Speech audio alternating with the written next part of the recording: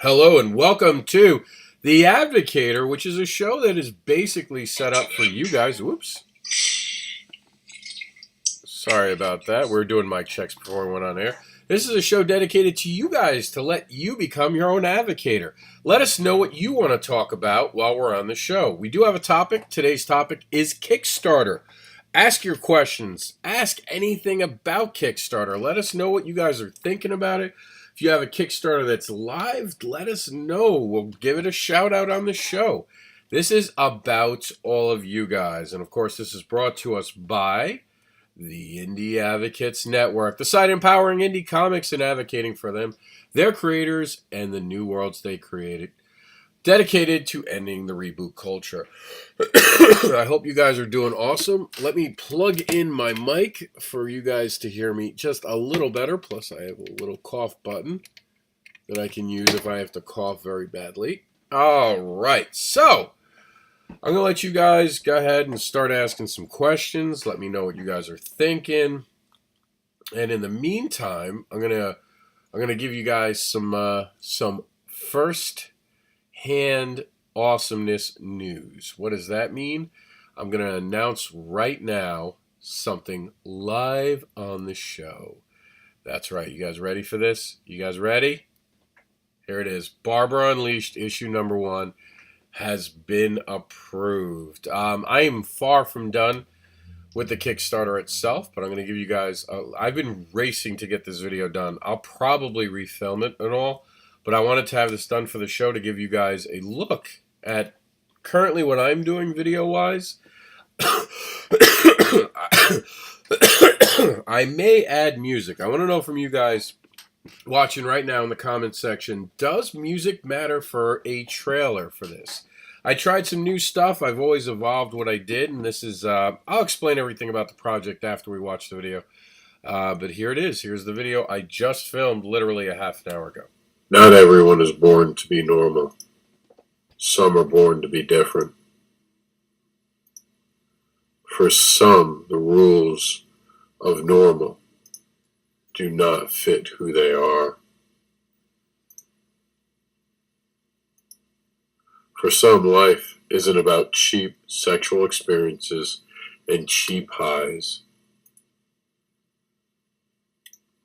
Barbara is drawn to things most would not understand. Barbara seeks to explore her dark instincts in the New York City underground. Join Barbara on her coming-of-age tale and watch her journey through the New York City underground. Learn from Barbara how not to become a victim of overeagerness. Back this project to explore the darker instincts of humans. Alright guys, so that was the video. I'm obviously, like I said at the very beginning of this, I'm planning to refilm it. One of the things I hate is the clicking sound.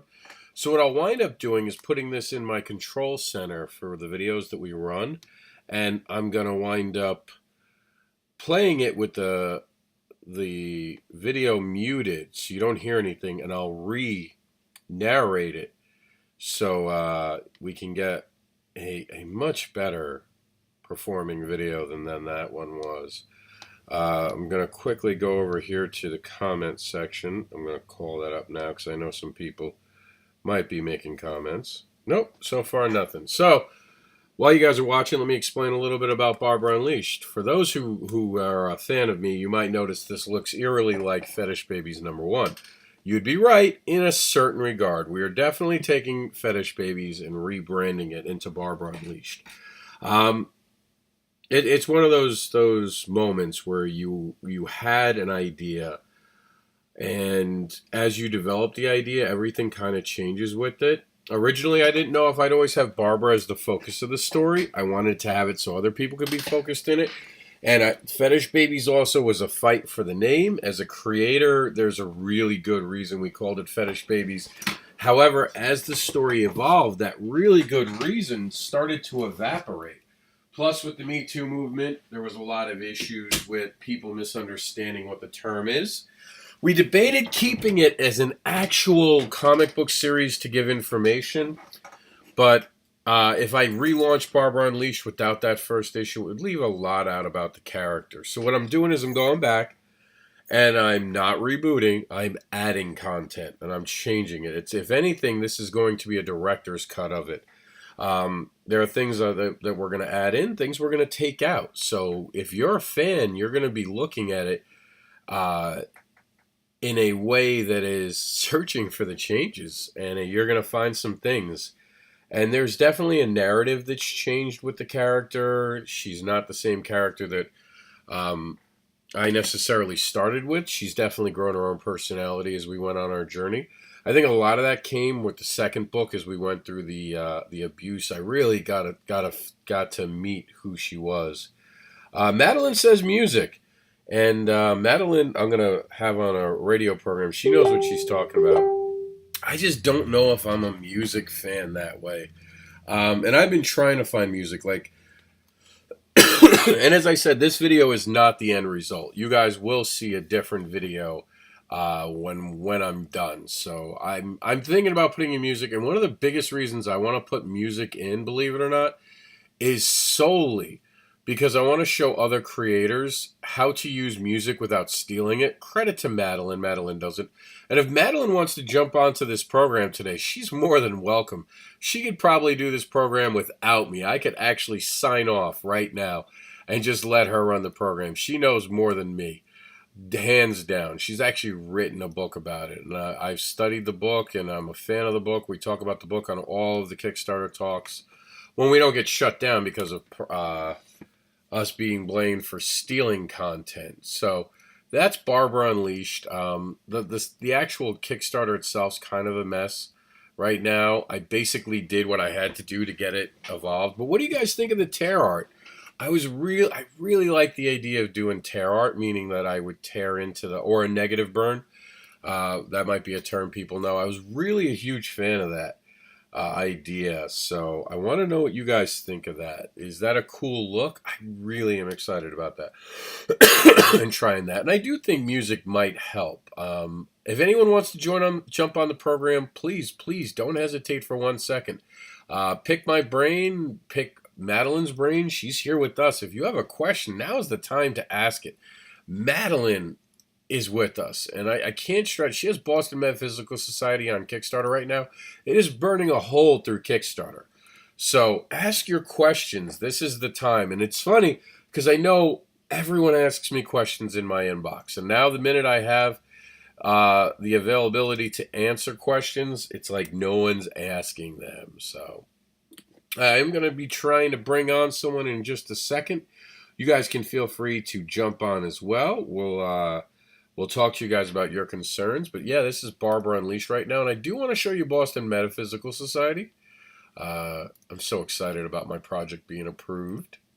That is going to go live now officially. I'm going to give you the date, Valentine's Day. And the reason is our first campaign actually funded on Valentine's Day. So that is what is up. Oh, don't try to steal my password, people. I believe Travis is with us now. Am I right, Travis? Yeah, I'm here. I'm excited. So when are we talking? Valentine's Day? Yeah, Barbara Unleashed hits Valentine's Day. The original first issue, which will become Barbara Unleashed #1, with the new added content, actually funded on Valentine's Day all of 2 years ago. Oh, that's cool. So it's like, I figured we should start the next chapter of what the series is going to be on the day that the first chapter started. Yeah. So it's kind of like a nod to where we have been and where we're going. So you're a Kickstarter guy.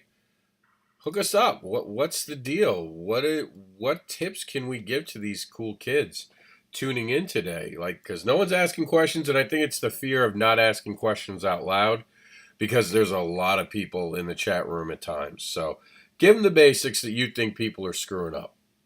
The basics is your pledge levels. Figuring out your pledge levels. You know, we had to talk about that with somebody who sent us a message today. Your pledge levels are very important. Figuring out where it goes. Second is proof that you can do it. You know, if you're looking at this campaign that you have right now, you can tell they did a lot of work on proof that, hey, they've done this before, that this book is coming out, that it's ready to go. They have various pledge levels to fit your budget, which is super important. And not underselling digital, man. Digital presents is about 30% of most people who do Kickstarter, but it's about 90% profit. So it's a really good thing to help you when you have shipping issues. Just this year, we didn't even know that shipping was increasing, and then all of a sudden it hit you on increasing. So building that is really, really important. And also making sure you're prepared to launch, right? That your fan base is ready for you to launch, that they know that you're coming out with a Kickstarter, that it's happening. Because losing momentum in the beginning is super tough. Yeah, man. Do you know that a rookie, Rob, actually thought that he would never do digital in his Kickstarters? He was totally against me. Yeah, I was against digital in the very beginning. I didn't like it. I thought it was silly to do digital because people were going to steal your comic and then give it to people. Although, ironically, that did happen in SCAD. There's a group of fans I have that I think bought one PDF copy and shared it with each other, which, honestly, when I heard about it, I was like blown away that these art kids were so enamored by it. They talked to me at a Georgia show for an hour and a half about why I created the character, how I created the character, the ins and outs, what was I planning to do. It was one of the most amazing experiences. I'm all digital now. And I think there's a little bit of a knee-jerk reaction when you first start in comics that a lot of people make the mistake of, that someone's going to steal what I'm doing. Right. You know, I have to protect this and hide this. And the problem with trying to protect something is that you're really not. Someone who wants to rip off your stuff's going to rip off your stuff. That's what courts are for. Your job is to get it in as many hands as you can. Yeah. No, and I think that's the key, right? I mean, people don't listen. I actually recently looked at all my backing. So for Dog Days, The Advocator, and Broke Down. And it's really funny. So Dog Days had a 38% digital. Advocator had a 37% digital. But Broke Down had a 30% digital. And what's funny about that is on Broke Down, I actually had the full comic for $1.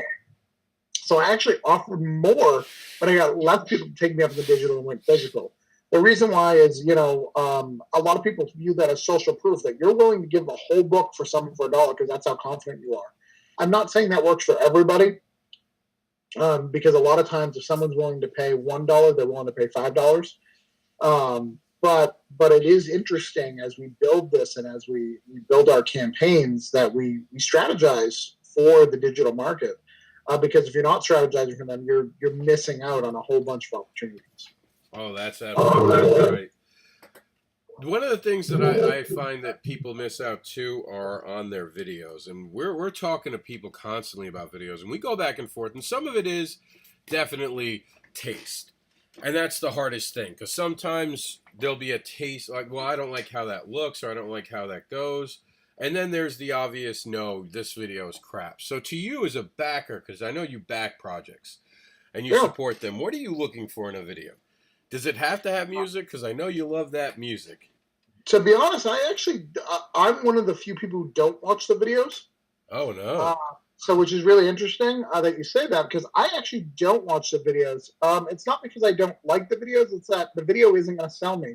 I'm scrolling down, looking at the art, looking at the creative team, look at how much the book is done. Those are things that I look at. That being said, your video should be short if you're doing a video. 2, it should, if you have time in the back of the video, share a couple of your reward tiers so people know what they're going to get into. There's nothing worse than watching a video, which is kind of a cool trailer, but you don't really say what they can get or what's called in the business asking for the sale, you know? Oh, I definitely agree on that. So that's a big key in business, is asking for the sale. So at the end of your thing, ask for the sale, ask them to back you, and if you can, give them a specific target of what you want them to back. Greg Harms says, I'll be kickstarting my first book in a few months. I was actually thinking about giving away the PDF. Would that help the physical sales? I would say no. Anytime you give something away, it doesn't help you. Because, and this goes down to me and Travis have talked about this, when you give something no value, you've officially devalued it. And if it has no value, then why is someone going to want to read it? You have to get them to back it by at least $1. They have to have spent money. There's a psychological thing. If it's like when people say if you put a book in someone's hand, they're more likely to buy it. There's just something about it. When you spend money on something, I mean, I've gone to Comic Cons my whole life, and when people give me something for free, I throw it in my bag, and I'll be honest with you. While I'm going through this whole divorce thing, I'll be going through the garage, and I guarantee you I'm going to see boxes of stuff I've never read from Comic Cons that were free.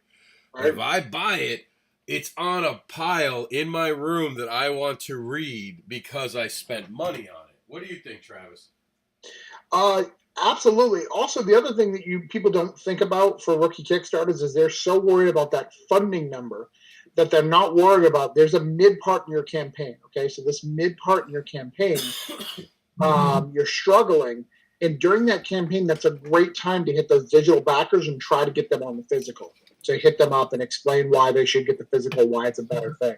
So getting them in at the dollar mark doesn't matter because then you've got a chance to upsell them. And we did that a whole bunch of times during the Advocator. There's a lot of people who backed us digitally and either backed us at a higher digital level towards the end or even at a physical tier. All right, so let me ask you, since we're talking about that, would you rather more physical backers or would you rather more digital backers? Because for those who don't know, you make pure profit on digital. So what is your, I guess, what's your number? Because you're a numbers guy. What's your number that makes you happy you hit that? I love to know that people bought the book and they invested in it, so I love that. But for a numbers game, yeah, you want to get at least 25% of your backers to be digital because you need that cushion of money to make that work, to make everything work. If you are relying on shipping out all your stuff and pay the shipping, you're never going to get ahead. And the goal should be on comics, even at, as a starter, you should be trying to make money. Even if it's not a lot, you should be trying to make money. And if you don't make it if you don't make it on the Kickstarter, then you're going to have to hustle at shows. And if you don't make it at the shows, you're going to have to hustle on your online store. So basically, you're going to have to pay for that somewhere. So why not pay for it at your first go around in the Kickstarter world? Now, one of the new trending things that have been happening, speaking of PDFs and making your goal, is what I call the double dip. You fund on Kickstarter, you go to Indiegogo. What do you think about that being a viable thing for creators? I know that you're testing the water in Indiegogo now yourself, just to get a fan base, because there seems to be a disconnect between two fan bases over the two sites, and I didn't realize how deep it got. Yeah, it's really, really hard. I got to tell you, I've been struggling with funding over there, which is funny because I have a $500 goal, which I know on Kickstarter I would have made in a day. And even though it's a repeat, there is a disconnect, and there is a different fan base, and you have to target that fan base. It's really weird. So I'm try not to get spiritual because I want to get spiritual on here. There is different groups of people who back stuff. You can be in 100 comic groups, and there's still more comic groups to find out. And those comic groups have different comic groups. So there's a completely different fan base and exclusive different mentality when you're going to Indiegogo. So it's very, very different. The other thing that's really weird about Indiegogo is I can see the backers. So I could actually Google search other people's backers and figure out what they're paying and why they paid it and try to get them to back my stuff. So there's a lot of stuff on there that makes it really, really sketch. But at the end of the day, it doesn't matter what you put your book on as long as you're putting on something and you're pushing that. The problem is you have to know where the backers are, and that's why I go to Kickstarter, because I know where the backers are, I know that they're coming there, and I know that they're searching for comics, even if it's not for mine. I completely agree with you on that. Indiegogo is one of those things I will be trying. I'll be doing it as a double dip because I do think that there's a missing connect or a disconnect between fan bases. I know a lot of people said that a lot of the Comicsgate stuff had to do with the people leaving the Kickstarter community. I don't know about all that. I don't play in that political realm. I just do know that there are people who don't trust Kickstarter now. And speaking of not trusting Kickstarter, there's been a lot this year of negativity coming out of Kickstarter, and I obviously don't want to talk about negativity. That's not what I do. So instead, let's twist it. Let's talk about the positive benefits of Kickstarter because that's been in debate. So as a creator, do you feel that it's Kickstarter should have a price point? That's been one of the big things. And people argue about this a lot. There are creators out there who are now self-imposing what a comic book should cost. And it's funny, and I won't call the creator out on it, but they were kind of like banging on their chest about how they charged only like $10 for their 24-page book. And, no book should be more than $10 on Kickstarter, and that should be with shipping. And what the creator left out was the fact that his book was black and white. Right. And that kind of changes the narrative. So what he's saying is that a 24-page book should be black and white. And I mean, 24 pages should be $10, but you're paying less, dude. You're going to have more profit. What do you think of that? Because I'm not a fan of this overreaching, everything should have a price point in comic books, especially in indie comics. Because let's just call a cat a cat. Not every indie comic is the same quality. Yeah. It's a tough call, right? Because I've got in my possession a book that I know is 12 pages and was not put a lot of work into. And it's not even from a bad creator. He just you could tell that he didn't put a lot of work into it. And that's a major concern, right? When you stop, I think you need to clearly label what it is. I don't think people get to dictate what people are going to pay for something.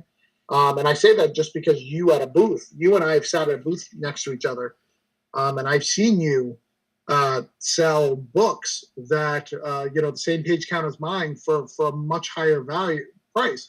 And it's not because my book is less quality than yours in any way, shape, or mean. It's just the perceived value in the way you sell it is what the difference is.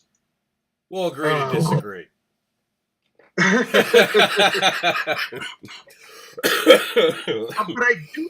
I don't think there should be a self-imposed thing. But what I do think is that I think people need to be upfront because people hide that. Yeah. There's a lot of things that people hide on Kickstarter. They hide whether or not the book is finished. They hide whether or not it's colored. They hide all these things, which is really not fair to consumers. And beware when you're doing that, of what that looks like. Now, let me ask you a question. Should someone come out and admit that their book is black and white? Is that something that should be put on their site? Yeah, absolutely. I think that you are unethical if you don't, really. Now, do you think a black and white book should have the same value then as a colored edition of a book? And of course, Walking Dead has the same price tag as other Image books. So let's just put it out there. And the reason that we're talking about, because I know some creators are new and you might not understand what we're talking about here. Black and white, not only does it cost less to actually print, there is a cheaper print, but you're forgetting you don't have to pay for a colorist. So there's this huge drop off of cost when you factor this in. And I'm not trying to hate on anyone, not at all, but I find it absurd that we're price pointing. And you have these people who, and it's always a person who, when I look at their book, I'm like, of course you want that because you don't even have a 24-page book. You have a 16-page book. And I think you should put page count. You should put the minimum amount of pages. You should commit to a page count. What do you think about that? Because I think that that's one thing that I've opened some books and it's been 16 pages. And like they made it 24 pages by giving me like 4 or 5 pages of ads that had nothing to do with anything other than them just literally making that room up. And I know better. Yeah. Well, I mean, and it's expensive to make a comic and it's really tough. And Kickstarter, here's why I feel that Kickstarter shouldn't get involved in that. It's not that I agree with you on every statement, but on the same token, Kickstarter is just as good as you and I who are close to our 40s as, if you and I were in high school right now at 16 years old, you were an artist, I was a writer, we came out with a comic and we could only afford to do, so many pages. It should be open access to everybody. So I think that they should put something in the background, especially when it comes to book or comic books. If you're in those categories, a page count. I think that would be important. But what's in that, that's really going to dictate whether or not you sell a second book, not really the first one. Oh, I get that, but I was talking about like, should you impose a page count as a requirement to say on Kickstarter? Is that Yeah, what I think if you were in the category of comic books or books, I think that should be one of the basic fill outs when you fill out your basics. I think that should be in there. All right, and now another big thing that's controversial is the delivery process, getting the book to people. Do you think maybe there should be a self-imposed checklist on Kickstarter that actually explains how far you are in a project that is on for every Kickstarter? It's right there. Boom. Everyone sees it. You have the inking done and you have to put a check there. Not that Kickstarter would ever have to like impose this, but at least maybe having that checklist and showing people where you are, assuming the person is ethical and not lying about it. Do you think that would help maybe restore some of the trust that we have lost? The problem with that is again, Kickstarter is not just a comic book platform. In fact, I think that what would really kill is if somebody came up with a Kickstarter type thing just for comic books. Can you imagine that? Like only comic books. You couldn't get distracted by anything else. I think they did try that and it failed. Really? Like a year ago. It's possible. Bad marketing. What I think you should do, you should have to do, is that when you receive or when you have a shipping, I think you should force creators to put their shipping numbers in there. And there should be a countdown that says how close you are to being done and fulfilled. And I know that people wouldn't like that, but it is what it is, right? So imagine for Brokedown, if I have all my shipping labels in there, so I have my shipping numbers put in their system, they know that I've shipped all my stuff, and they can give me a percentage marker of how much is fulfilled. So we know and everyone knows, But how would you do that? Media Mail doesn't give you a tracking number. It sure does. Does Media Mail? I got to start reading my receipts. I didn't know that about Media Mail. Yep. It sure does. I mean, you shouldn't be sending comic books Media Mail anyways, but that's neither here nor there. Actually, you can send comic books in Media Mail so long as they are not full of ads. I actually talked to my local post office. They said what makes a difference between Marvel and DC and our books are ads. If we don't have ads in it, we can classify it as a book. So you actually can do it, but you do run the risk. Yeah. Well, and it's the other problem is not that whether or not you could or can't, it's the education behind it, right? Not all post offices are the same. Mm-hmm. And who opens it at the package, you don't have control over that. And it's such a vague line that we're sketching that it's really hard. You know what I'm saying? Well, you'd have to make friends with someone because they won't open it once it's past your front thing. Because I found out, and this is my local office, and this is about building that relationship. At the door, I show them what my book is a lot of times, and they go, okay, and they'll be like, well, it's good you showed us, because now we won't put it in to be reviewed. A lot of times it's us who put in for the review, the people at the counter. And I've noticed it. I've noticed that. So the ones that every time I've got reviewed is they'll put a red stamp on it. So you'll notice a red stamp that got put on it. Yeah. And that's encouraging someone to review it. Yeah. So you got to be careful about that. You got to watch for that. Yeah. So having that relationship, showing people you don't have an ad is important. I just want to read some comments because I don't want to get behind. Madeline let us know that you can't do both at the same time. Kickstarter has a rule about that. I did not know that, but I wouldn't think that you'd want to run two campaigns at once. That'd be too difficult between Kickstarter and Indiegogo. Yeah. Or I don't know. I think she means that you can't run both at the same time with Indiegogo and Kickstarter. But in case she means two at once as a creator, yeah, you can't. It's actually, you'll get your account suspended for a short time if they find out that you're trying to do two at once. Yep. Greg says Kickstarter first, then after it finishes, you go up to Indiegogo. That's right. Is that too much to take on being my first crowdfunding campaign? Well, Greg, honestly, considering it's your first, you should be what's the math behind it? I know you're going to know this better than I do, but let me see if I got it right. Depending on your goal, if you want $1,000, you need at least $50 people will back your campaign. And then it goes up as your tiers go up, the amount of people that you need. Anything 2,000 and up, you need 100 people are who will back your campaign, not friends. I had a friend, and this is how the $1 making a dream come true came to be. I had a friend who had like 4,300 friends on his Facebook profile, and his campaign failed. His campaign was only for $2,400. If every one of his friends on his campaign gave $1, he would have funded. So, what's your take on that, Travis? Because I know you're much more into that aspect in it. That I don't pay as much attention to that, and I probably should. And that's my weaker point. I understand the math behind it, but I know right off the top of the head, you're much better at it. Yeah, so Madeline's right. Yeah, there is an on-demand, and I was even invited in the Indiegogo program, the in-demand, and I should have taken it up on it. I didn't at the time, and then I couldn't figure out the emails on how to do it. That's why I'm running a separate campaign for $500. But in-demand would have been a great opportunity for me. So all in-demand does is copy your stuff from one to the other with your rewards, and then allows people to order. And I know people made several $1,000s on that, which is pretty cool. Now the numbers game. So the numbers game is you've got to figure out how much you can get back. And there's a calculator that you can get from Comics Tribe. That's what I always recommend you use. So there's a Comics Tribe backer to do that. Here's the thing, Greg, and I'm going to speak directly to Greg because he's trying to do both.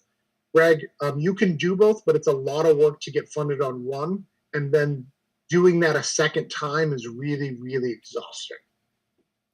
And you don't want to lose friends, right? Of you going, oh, I thought this was over, and now he's starting all over again trying to get money. Those people perceive you as greedy, even though you're not, and could harm you for future campaigns. So it's better to do an in-demand, or for me, I'm doing Broke Down right now, but I funded Broke Down in October. Made sure it was fulfilled, and then I did the next one. And that's very important. Fulfillment before you move forward on a particular project. I have had 2 different projects. They didn't run at the same time. There were 2 very different projects, Monsters and Jacks. But I made sure to send everyone a PDF copy of the completed Jacks, and they knew we were waiting on the printer, and they understood that because they had the PDF. So when I launched my Monsters book, no one felt like they were being ripped off, like I hadn't been paying attention. Printing takes time. We don't have an overnight printer service. Not that's affordable, certainly. So fulfill. And one of the things I wanted to make a comment about what you were saying about the whole list and all that. You know that I had Fetish Babies funded successfully 2 years ago this month. I still have 2 people who have not completed their surveys. Yeah, no, I've got a couple of people on mine who haven't completed their surveys. So that percentage would have to take that into account. If someone's not filling out their backer report, that should not be held against the creator. And I don't think it should be held against you until that backer report is filled out, in my opinion. And I know recently we know a creator who had been called out by someone, and I don't want to go into it totally, but I do know that talking to the creator, he had felt like some of those comments were also made by people who might not have filled out a survey. That's not fair. It is not fair to hold a creator accountable for you guys not filling out your surveys. So what I'm trying to get at here is check out your Kickstarter. Make sure you filled out all your surveys. You know, every so often, once a month, make it a deal. Go to Kickstarter. Make sure there's not a creator stressing out that they're going to have to worry that you pop up in 6 months and they're going to suddenly have to send you a book when you disappeared. And I think there's a rule. Kickstarter says that if you don't claim your rewards within 6 months, you vacate such rewards. But I know many indie creators don't feel that way, so help them out. Get the information as soon as possible. Yeah, well, let's back up. Let's talk about that situation a little bit. We don't need to talk about it fully, but let's talk. Let's at least acknowledge the elephant in the room, right? Okay. What something like we're proposing does is at least it gives you an idea of who's telling the truth, right? Because there's no way in this person that we can know how many he's fulfilled or how many he didn't. Wouldn't it be really good if he could just give statistics and go, here's what I've done, you know? I mean, you can't figure out everything. You can't figure out how many people, he maybe owed money to. But here's the secret that people don't stuff. The majority of creators owe someone money. They just do. It's just reality. You talk to the majority of people, they owe someone a couple of pages or this and that. It's kind of just reality, and it sucks, but it's kind of why we're on Kickstarter, right? If we had the money to do it ourselves, we kind of would have just done it ourselves. So let's kind of get rid of some of that stuff and get down to the brass tacks. If you are not fulfilling the at the end of the day, you're going to get busted for it, period. Doesn't matter. You're going to lose back, or you're going to lose a whole bunch of stuff, Now, one of the things I do want to comment on, and I'm horrible at this, so I'm going to call myself out on it right now.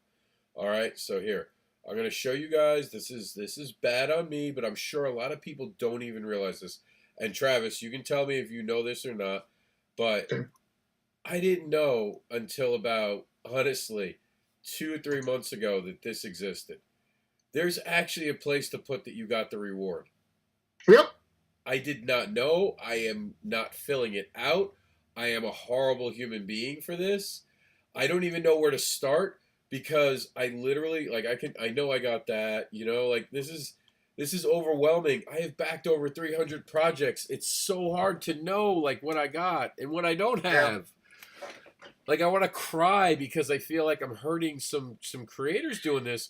And I asked people 2 months ago if anyone was doing this, and everyone acted like, wait a minute, what's that? No one knows that this exists. Yeah, well, and the worst part is nobody knows how to get to that, right? Yeah, it's not easy. It's not even to simple. View it. That's the biggest part of it. Well, let me show. It's not there. It's not how do you view it, While you're talking, I'm going to quickly show everyone how to do it on the screen. So I'm going to go back to the screen where they can see it. Okay, so this is how you get there. Guys, you can keep talking. I just want to show them. Keep going, Travis. So going back on the subject. So what happens is on Kickstarter, you're allowed to say that you got rewards, and people aren't going to back you consistently if you're not getting rewards. And that's what this person is commenting, in that clearly I fulfilled some. But what's also not noted is that when you're running so many campaigns, things fall between the cracks. It's not okay. It just does. And I think that's the biggest thing to take away from this is there's a lot of campaigns being run, and addressing those campaigns on a case-by-case basis on what's wrong and what's going on. Well, I mean, also, let's call out the post office. I have had, right now, my my artist for Monster and my artist for Mentor Search never received their books. One's in Canada, one's in Mexico. It's expensive to mail that stuff, and when they just lose it, they're like, oh. And then you start fighting with value, and you're the one who smart-assedly said, well, Rob, if you put price tags on your books, you could prove the value of their books. I was like, thanks, Travis. This is not the moment I need to hear, and I told you so. But it's true. And let's do some comments. Greg thanked Madeline Holland Rosin, who said to us about the Indiegogo. Can we talk about how amazing she is? All day. And this is the glory of Kickstarter. She was, if you look at her consistently, that's what's called building a fan base. Look at how her numbers have just increased. Yeah, she's 300% funded on a real, I don't know, her goal was not chump change. She didn't lowball it. It seemed like her campaign was an official number. I think it was almost 3,000, right? Which is about the cost of making the book. Yeah, $3,855. So she is amazing, honestly. Blown away. Part of Source Point Press now with the Boston Metaphysical Society.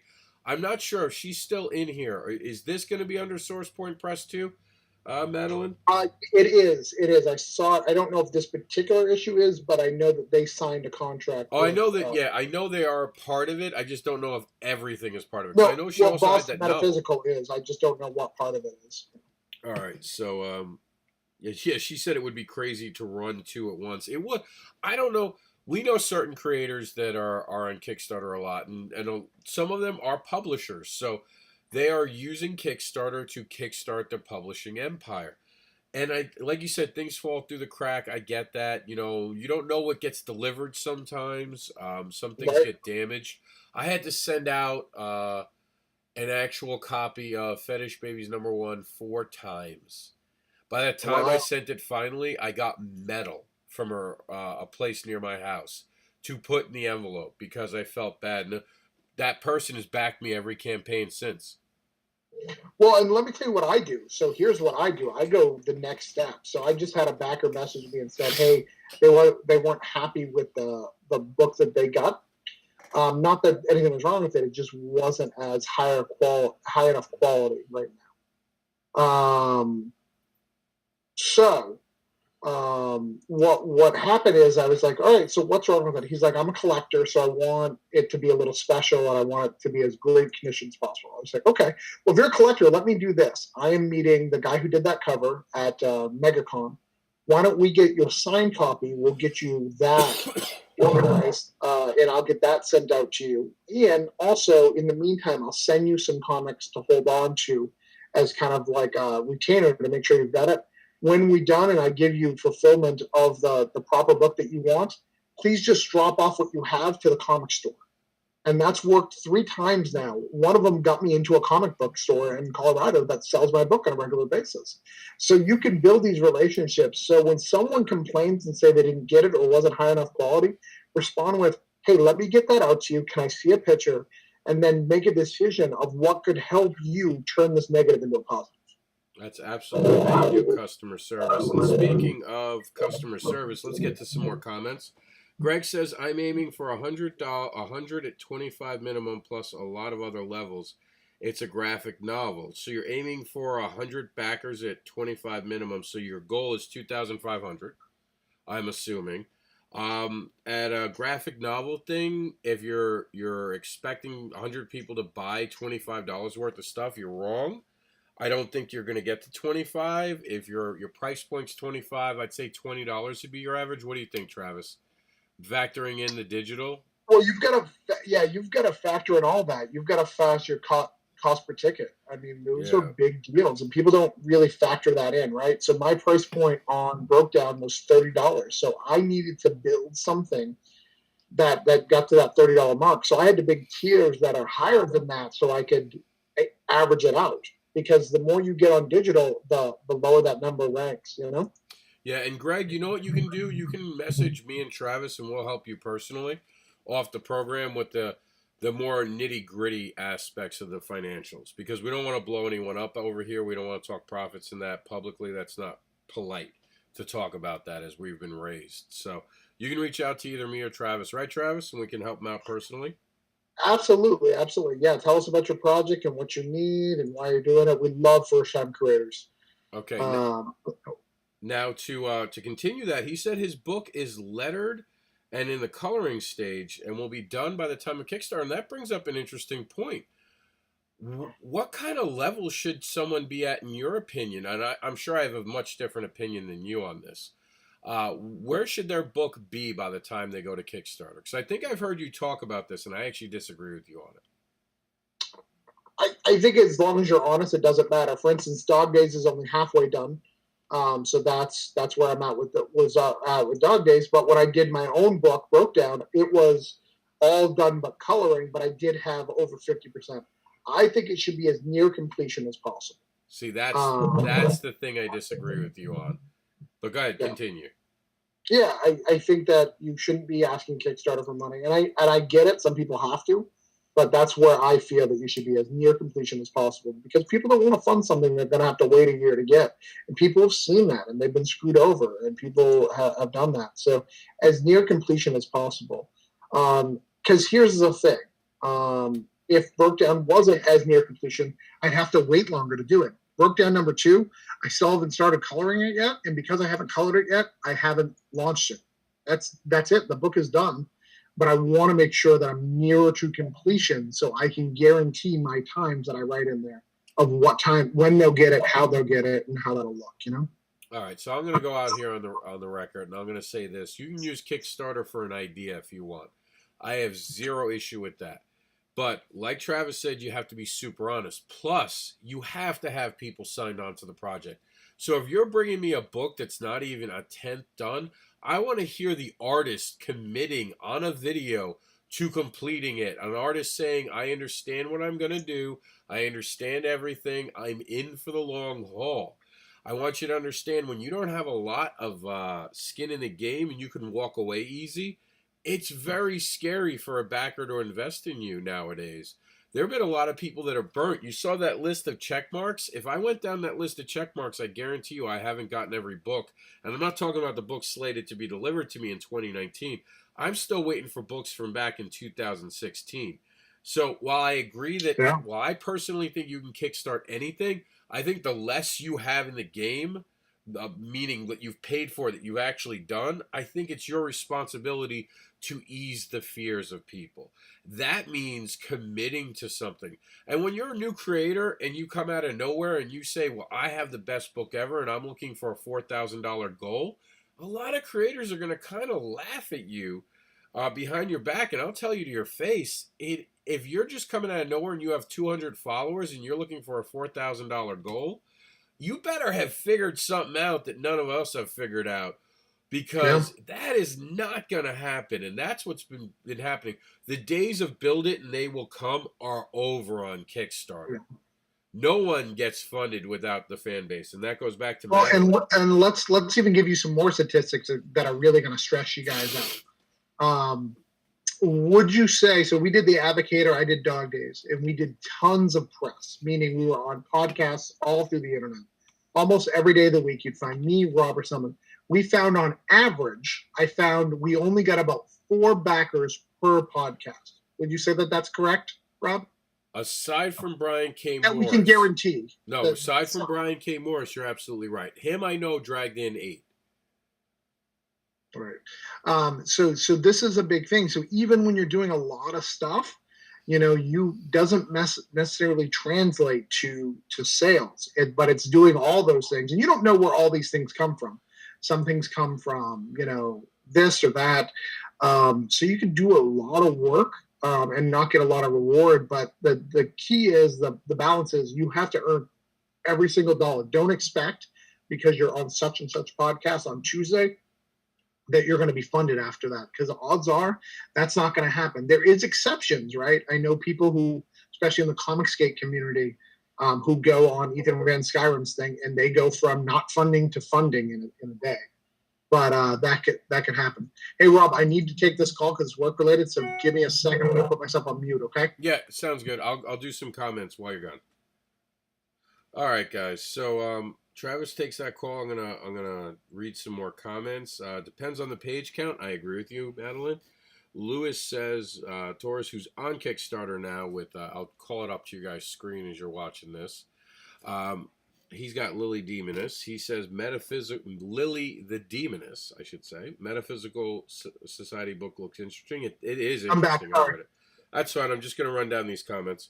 Greg Harm says, thank you. You're welcome, Greg. Lewis says, the first issue has come up a lot. That issue has come up a lot lately. Well, it's coming up a lot because it's hurting Kickstarter. And I said this a year ago, and Travis was just getting to know me when I was saying that there was something wrong with Kickstarter. And you remember no one believed me, right? Because I was bitching to you about it. I was like, they don't see what I see. And I remember I have a friend who was like, well, what scientific data do you have? I'm like, dude, I'm looking at Kickstarters every week.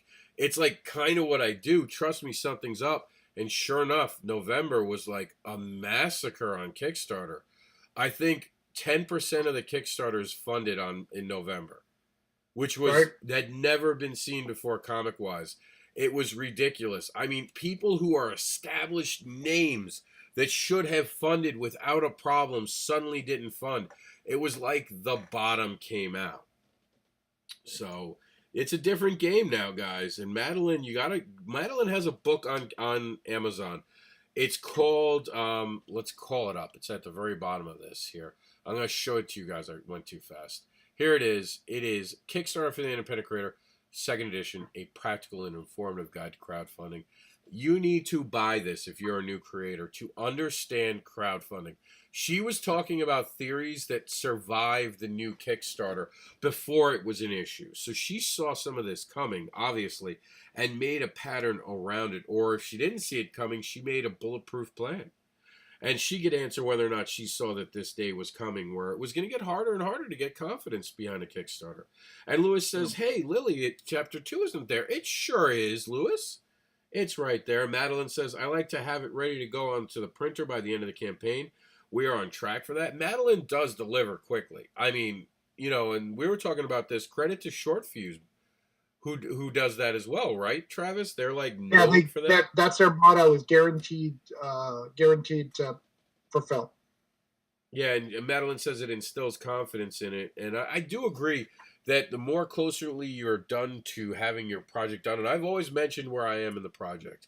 When we started the Jack's Kickstarter, I told everyone we're basically done. I'm lettering it. And that was one of the quickest ones to fulfill. Monsters got delayed by a hurricane. That was a problem that you can't see, and sometimes that happens. Look, man, real life gets in the way. But I know that there was also a controversial thing where a guy collected all this money from a Kickstarter, and he apparently had some mortgage problems, and the government seized all of his funds, and he could not fulfill. And that's a hard situation to judge a human being by, because the government does not play. Like, if the government was any fictional character, it would be Homie the Clown, because Homie don't play that.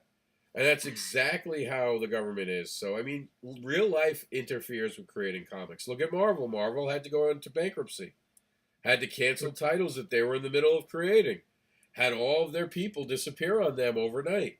Life is going to happen, but the closer you are to being done with your project, the less likely life will happen, is the point that I think Travis is trying to make, and I am certainly making right now. The closer you are to being done. I mean, everybody has a problem, especially with printers. Printers are a major problem.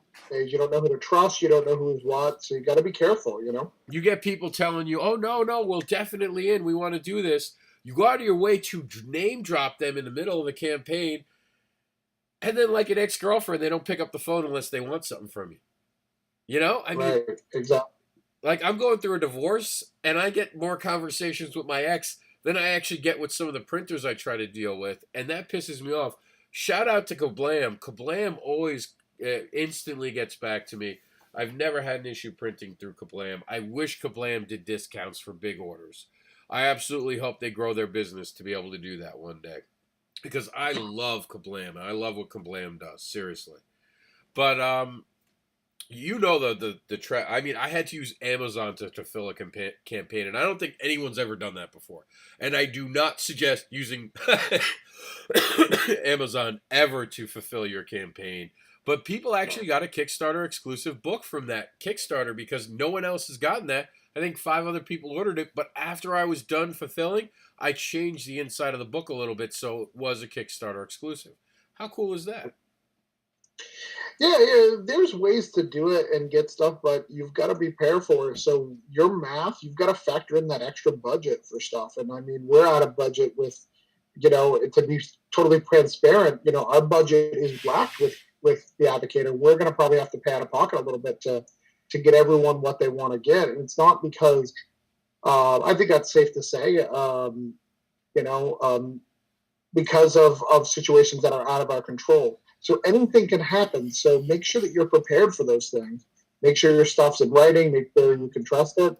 But be prepared to go there, because those third-party things that you can control all the things you can control, because those are what's going to save you in those situations. We don't have a problem with the Advocator, because even though we haven't talked about all the details of it, because the book is done. We made sure it was done before we ever went out there. So we don't have to worry about that. We just got to find somebody else who wants to take the job. No big deal. Not the end of the world. But some people are still waiting on lettering and coloring as they're still trying to figure these things out. And then you try to get that quote months later, and that quote is not the same. You're getting yourself in a bad situation because you didn't do your research and you didn't care enough in the beginning. Who did you get to print broke down? Kraken printed broke down.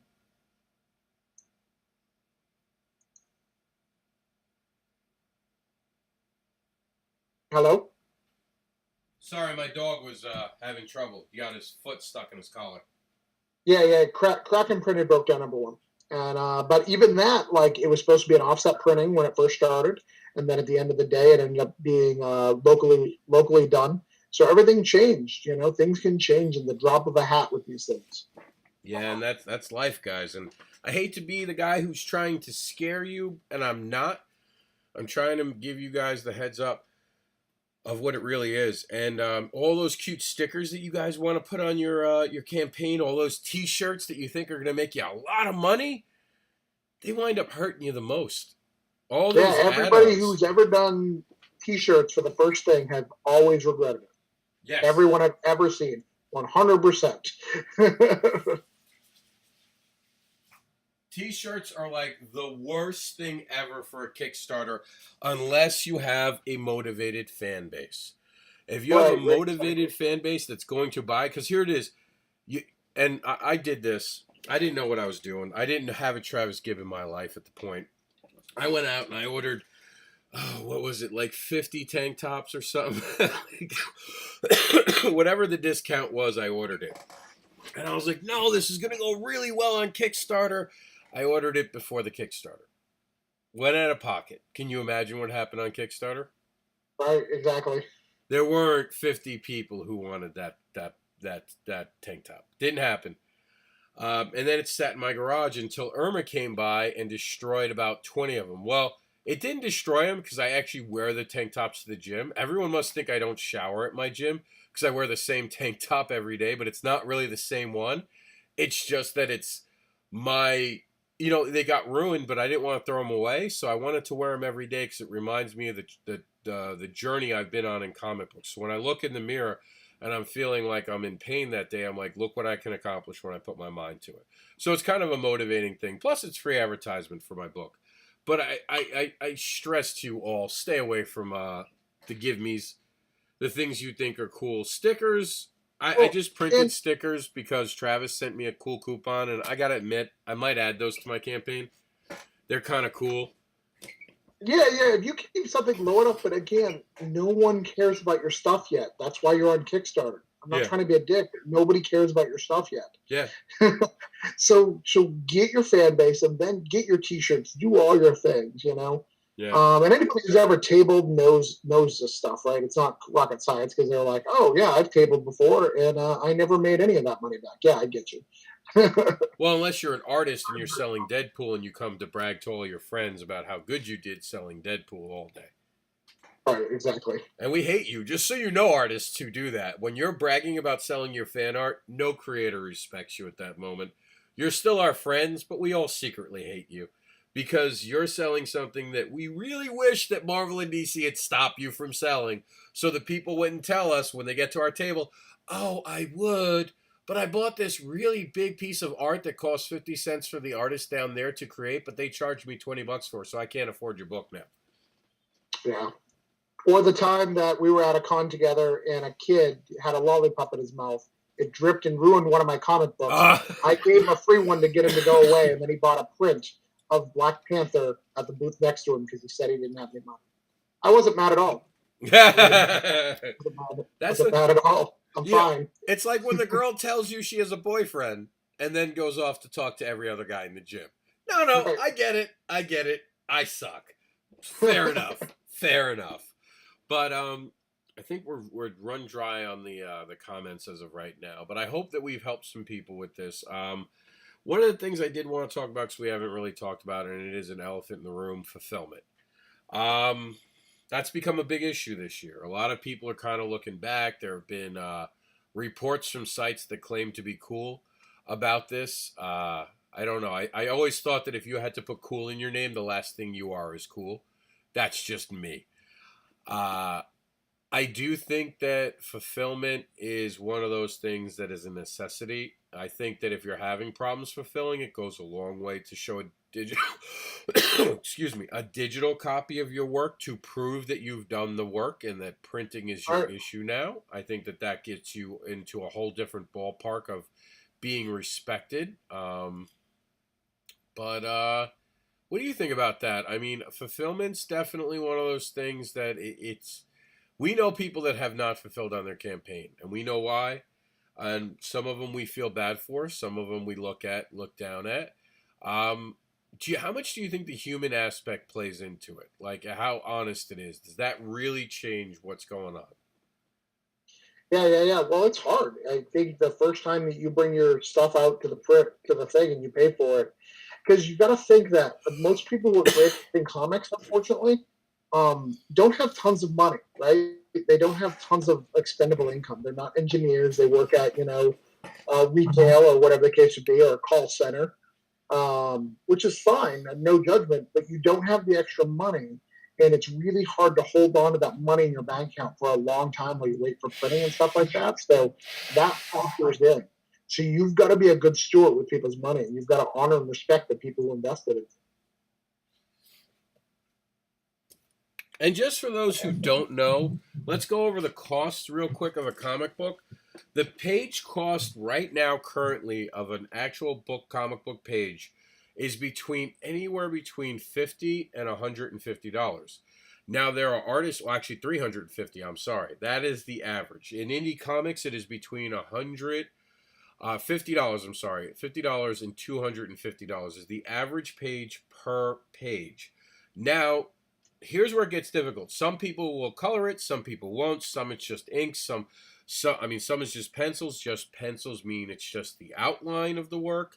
Some people it is the actual full colored image and the line work. So there's a lot that can be added onto that cost. The difference between it, of course, is both skill on top of name recognition on top of just knowing where you are. People argue that every artist will tell you that every artist should get paid $125 a page.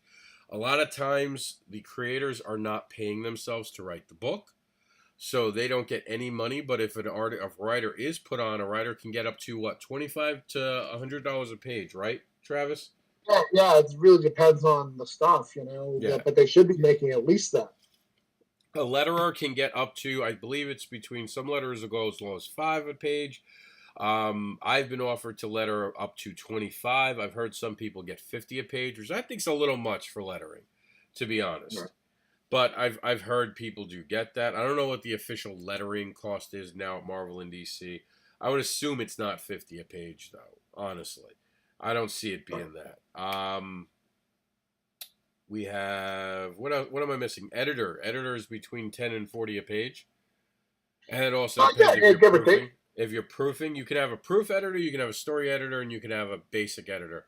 Or you can have one editor who does all. One editor who does all will actually be more expensive. They're probably the most important part of your project, believe it or not. Even more important than the artist. Beautiful art won't make up for bad storytelling. So, and that just ruins a book. It really ruins a book. They're the ones who are supposed to be there looking at your pacing, looking at your art, make sure it's landing. And you have a cover artist. Cover artists can go from, 100 to 500, right? Yeah, most of them range in, closer to 250 or so, because you're talking about color and ink. So normally a cover will cost you starting at 200 and goes up to thousands of it. It can go really high if it really needs to, Colorists are between 30 and 90 a page, if I'm not mistaken. Correct. For the indie market, yeah. So now, just put that all together. We're just going to basic for you. An editor per page, a letterer per page. We're going to leave out the writer even. An artist per page, and we'll even consider the colorist to be part of it and the inker to be part of the price that we'll give. You're talking about per page of a comic book comes in easily at $200 a page. So a 24-page book can be $4,800. Am I getting my math right? Yeah. Could easily become that. So when you guys go to Kickstarter and you see these goals, understand it. Now, of course, there are artists who work cheaper. There are artists who you can negotiate ownership with. You can drive down your costs by not paying yourself and lettering yourself. I do a lot of my own lettering. You can work out a deal where you letter something while someone edits your work. So there are ways to make the project less. On average, I've been told, and stop me if you think I'm wrong here, that a comic book without printing it costs about, on average, $2,500. That's a number that was thrown around that I kind of saw as me maybe being accurate on average, because there's going to be high end and there's going to be low end. What do you think? $2,500 sound about right for a 24-page comic? Sounds about right, but again, that's before printing. Think about that. That's not printing. Yeah, that's just, and that's a lot of times not paying the writer or creator behind it. That is just that. So when you see someone coming to Kickstarter with a goal that is $4,000 and you're like, how could a comic book cost that? Simple. Marvel and DC didn't pay to have it made. That's why the cover price can't just be $5. There's a lot that goes into a Kickstarter. So instead of imposing an idea of what a Kickstarter should cost, or what a comic book, I should say, on a Kickstarter should cost, why don't you impose the idea of looking at the product? Like Travis said, don't necessarily watch the video. Look at the product. Look at the art. Look at what it's doing. I can't stand, and you're an alternate cover guy with you making alternate covers. Yeah. But one of the things I hate as a creator, and I certainly hate as a fan, and I hate this back to X Factor back in the early millennium, when you open the page and the art's nothing like the cover, and the art is just disappointing. And I won't call out the artist, but I thought it was amateur hour with the X Factor. I stopped reading it. I used to be a fan of it. And I think you know the run I'm talking about. Yeah, I think everybody knows that run. Yeah, it was the worst in Marvel Comics. It was just this idea of like contemporary art. But what do you think about that? Talk to me about that, value-wise and all that. Like, what are your thoughts? I think that's kind of the nature of the beast these days is having those things together, is having alternate covers. But I mean, if you have a low quality book, like, know what you have, right? Like, don't hire, John Burns on your book if you don't have John Burns caliber work inside your book. It's just common sense. Don't screw yourself up, And I think a lot of people do that, is they'll put people in their book that aren't great, that they know their work isn't that great inside the book, so they slap a good cover on it, but the quality of the book is not. If it's that far disattached, it's gonna cost you. I have alternate covers from alternate people, but the work itself is connected. Now let's talk about the other side of it. Fan base. What do you see right now as a trend on Kickstarter, as someone who's watching Kickstarter? What is working right now on Kickstarter? What are the things that you think every campaign should have? I know that you're a big day one guy. What else is going on with Kickstarter? Day one, I also think that you need to really be confident that you're going to fund before you go things. I think the people who continue to just throw their book up over and over again, they never learn their lesson. You'll notice those people and why they don't fulfill and why things happen is because they didn't do the research. They don't learn from their mistakes. They just go, oh, well, it's because other people were up at the same time. I don't care how many books are up against mine. You need to know that your book is good enough or as good as everybody else's that is up there. If you don't feel that way, don't bother coming. Sorry if that's rude, but that's just reality. So now how can someone who's new build a fan base? Because that's what they need. So a couple of things. There's a whole bunch of groups on Facebook that you can join, that you can share your stuff out. You can share the process. Get people involved. Ask questions. Have people name characters or, approve covers or whatever the case would be as you're in development. Those will go a long way of building your fan base, is by allowing the fan base to be part of it. Because who's going to invest in you? People who've been part of your process the whole time are more willing to invest in you than people who aren't, I definitely know that. So let's wrap it up. I don't think anyone else has had any conversations. Let's talk about where you're going to be on Kickstarter this year. I know you've already successfully been part of Dog Days, check, and ADVOCATOR, check. What's next? So the next thing is Broke Down 2. Right now we have on Indiegogo Broke Down issue 1. If you want to pick it up, if you want to catch up and you haven't been on it, we have that. It also has an exclusive cover that's on there. The Nor edition. You can only get that currently as if you find me at a con. And I don't have many left. So this is a great chance for you. So that's where I would do that. Sorry, someone sent an email that distracted me. Yes, Indiegogo has that. So the next thing I'm on is for that. I'm going to be on Kickstarter a little bit with the Cooper campaign that will launch at some point today. So Cooper is the artist of of Dog Days. And what I'm doing with him is I helped him put together a Kickstarter. I'm a big fan of his work, so I'm partnering with him to get his stuff up. And his first stretch goal is a written story by me. So that'll be kind of cool. I'm sorry, did you call it a stretch goal or a threat? A stretch goal. Oh, okay. What did I say? What would you joke? I said, did you call it a stretch goal or a threat? Funny round eye. Funny. You can't say that. That's insensitive. No, I'm quoting a movie. It's fine. Apparently, it's noticed that you're allowed to be racist still or something of that nature as long as you're quoting something. I don't understand why that's the case, but... I don't get it, but I go with it, you know? Right. It is what it is. All right, so that's awesome. What about Nerd Nation Radio? Isn't that coming out for you soon? Yeah, but that's not a Kickstarter. That's just coming out. You'll see that, and I'll announce that and talk about that. But yep, that's out as well. And one other thing coming up. Well, actually, 3 other things this year on Kickstarter, aren't there? I don't know what you're talking about. I'm not relevant. I don't know. I'm not in those, so I don't know if I should talk about that. Sure, I just carried that first one for you. You know, no problem. Yeah, we've got ADVOCATOR 2, 3, the spring edition, the summer edition, the fall edition, winter edition 2020. All that is on its way.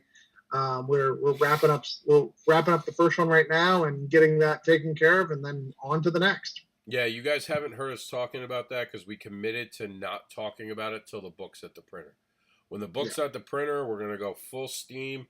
We'll probably send out the PDFs to everyone who backed it, just so everyone sees that the book is done. I think that's the smartest thing to do. Even if someone bought your book and they didn't back the double up PDF file, still send them a PDF file. I think it'll run very high as far as confidence goes because they know that their book is coming now. They know it's in the printer's hand. They know that you've done the right thing. Yeah, exactly. We want to make sure everybody gets their book and everybody knows their book is coming. We've done a lot of work to make all this happen. So we're really proud of the book and what's happening and what's coming with it. So be expecting that very, very soon if you're a backer.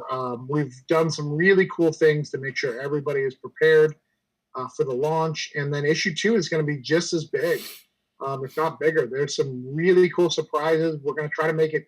We're actually even contemplating right now making it a bigger size. So it's going to be a big deal. So this tree has just started. In issue 3, the people who want to be in issue 3 is ridiculous. Like every book is going to get bigger and bigger and bigger, you know. I'm going to regret being in issue 1. I'm going to be honest. I'm going to regret that because what's coming for the next few issues are outstanding. More and more teams want to do that. And of course, he's talking about the fact that I'm in issue 2, so we know issue 2 is going to be awesome.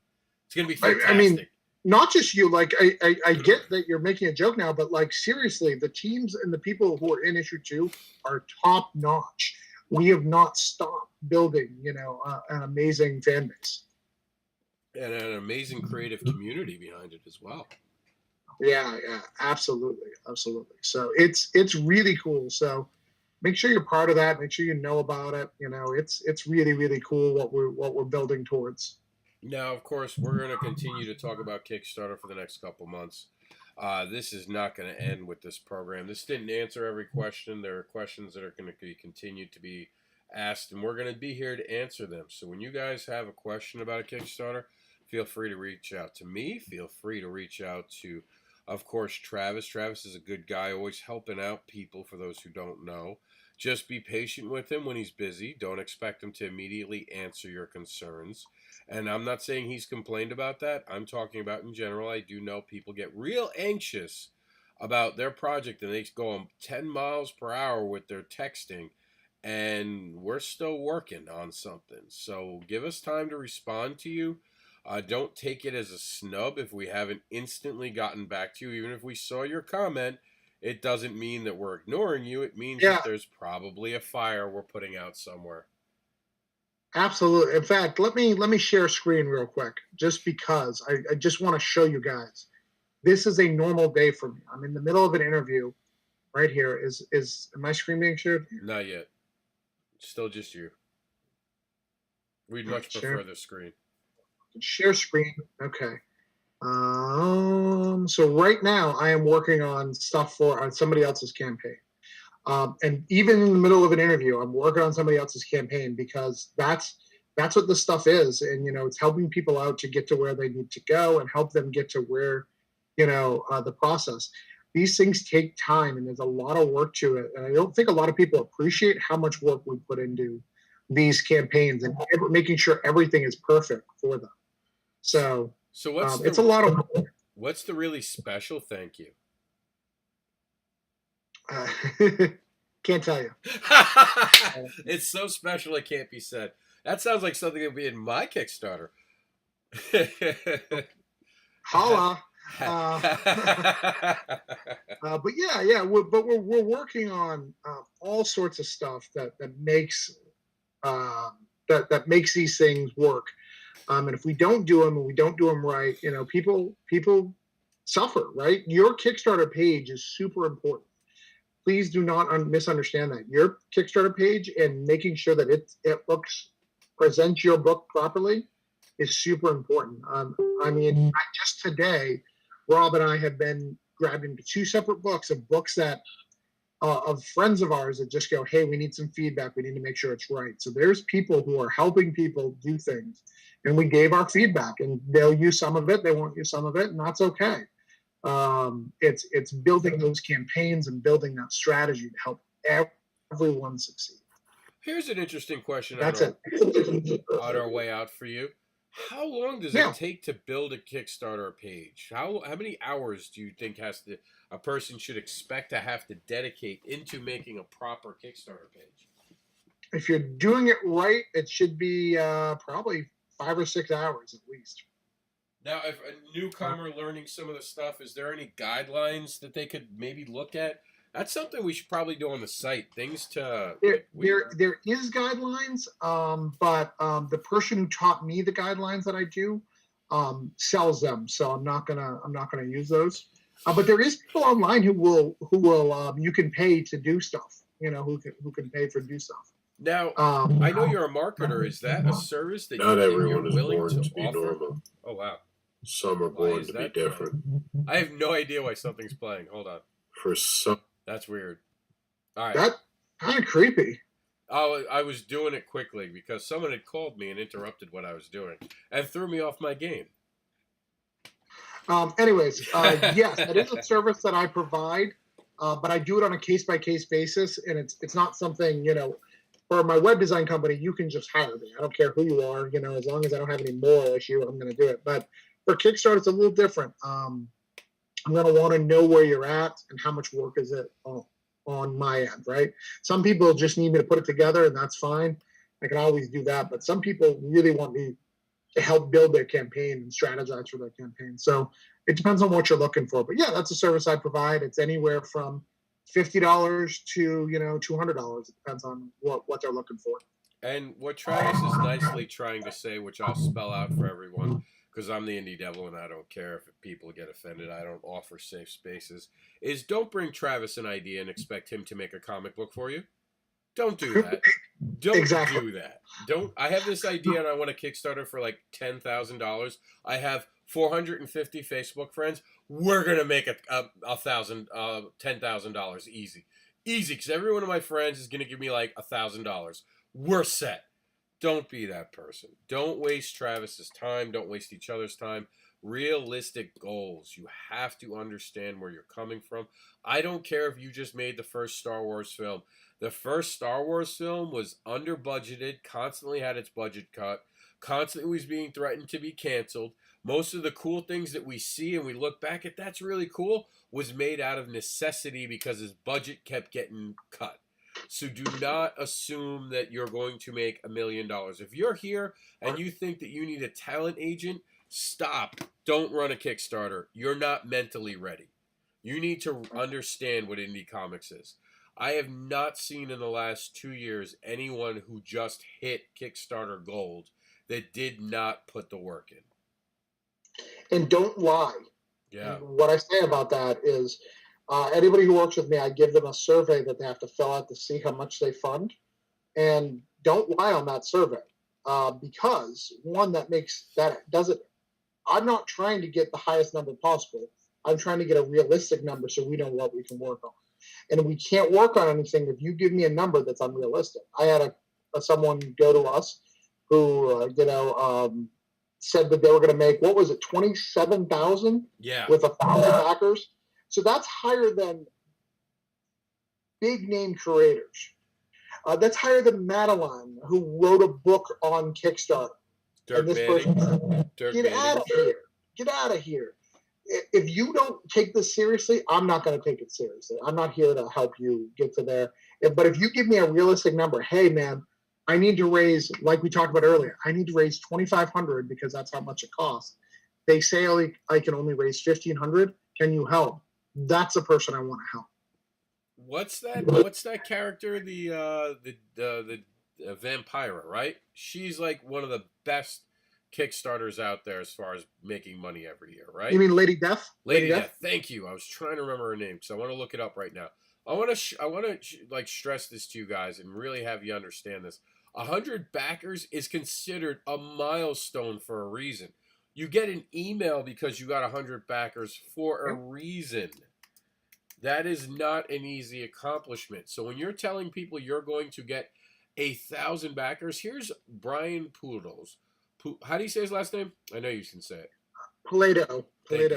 This is the new Lady Death. All right. This is something. Polito. Sorry. This is the guy who makes nothing.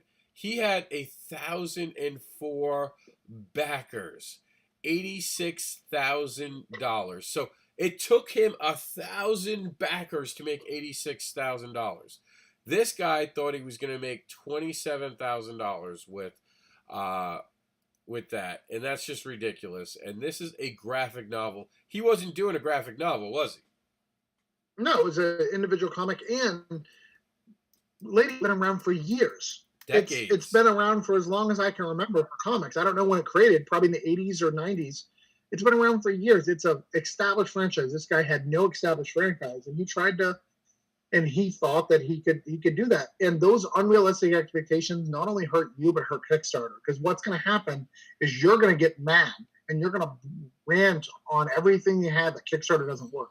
No, Kickstarter works fine as long as you have realistic expectations of what you can get. And if you need to make more than what you're having, we can build strategies to help you get to that point. But you've got to build those strategies somewhere. And here's all of Brian's stuff with Lady Death. 1,038 backers, 1,004, which we just saw. These are, I believe, his newer ones. And then you go back here to his more original ones. And when he first started out, he had 1 point. Hell's Witch got 1,700. He got 2,000 backers at a point. So this is an outlier. This is someone who has built a franchise. And the reason I'm bringing up all these numbers is that he still goes under 1,000. It's not easy for him. Not every one of his projects instantly got 1,000. You know? Right. Be realistic. Be honest. Well, and that's the only way anybody can help you, like myself, like Rob, like anybody. We can't help you if you give us unrealistic numbers. And only you know your numbers are true or not, because you fill out that survey, right? Yeah. I have filled out that survey for every campaign that I've ever done, and it has been 100% each time, within a few $100s. So that's a big thing. I think that survey is very, very accurate. And this game is very confusing. Let's go back to the ADVOCATOR. We had creators who have big fan bases, who have 150, 200 backers, but those fan bases, we only brought a fraction over for the ADVOCATOR. So even though we had the right, makeup to make it work, we still only got 168 backers, which is more than broke down. But with the creator names that we had attached to that, we should have got way more. So there's a lot of things you got to factor in when you do a Kickstarter. Yeah, and sometimes it is a little bit about luck. Sometimes you can have good luck, sometimes you can have bad luck. Yeah. Dude, you may just want to search it in the corner. Yeah. I don't know why it never pops up that way. Every time I do ADVOCATOR, it shows me weird stuff. Yeah, it's weird. But here, I mean, $2,790. By the way, we're not going to see that money. Because you have to take into consideration drop backers, and I'm not ashamed to share this. We lost over $200 in backers, Yep. and that's it. So, And the worst part is some of those are common community friends. So even your friends who are for you, that can happen. And I'm not saying that to harass them or that they need to pay us. I'm just saying that just because you made friends on Facebook doesn't mean they're gonna be there, you know. and it also doesn't mean that they're not going to run into stuff either way. I mean, it's not a guarantee. That this isn't the one thing I like about Indiegogo. Probably the only thing I really like about it over the Kickstarter is it immediately takes the money. So the minute you back an Indiegogo, the money is put into a pool, and I appreciate that. I really do.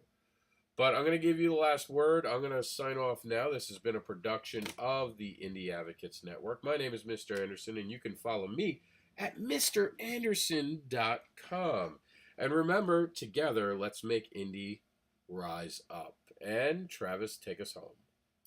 All right, I'm Travis. And before I take us home, I just want to make sure there was no comments that we missed. Not as far as I know. I can double check for you. Yeah, just double check real quick. I'm Travis Gibb. Helping you guys do it. I don't even know what I'm talking about. Author of Broke Down for Dead Bodies, author of Dog Days, Advocator, all that stuff. No comments. We're good. We're clear. Yep. All right, guys. Thanks for watching. Fund me on Indiegogo right now if you haven't picked up Broke Down, and Broke Down issue 2 will be out in March. And then a little bit after that, we'll have the Advocator issue 2. So get excited, guys. Get pumped. All right. And this has been a production of the Indie Advocates Network.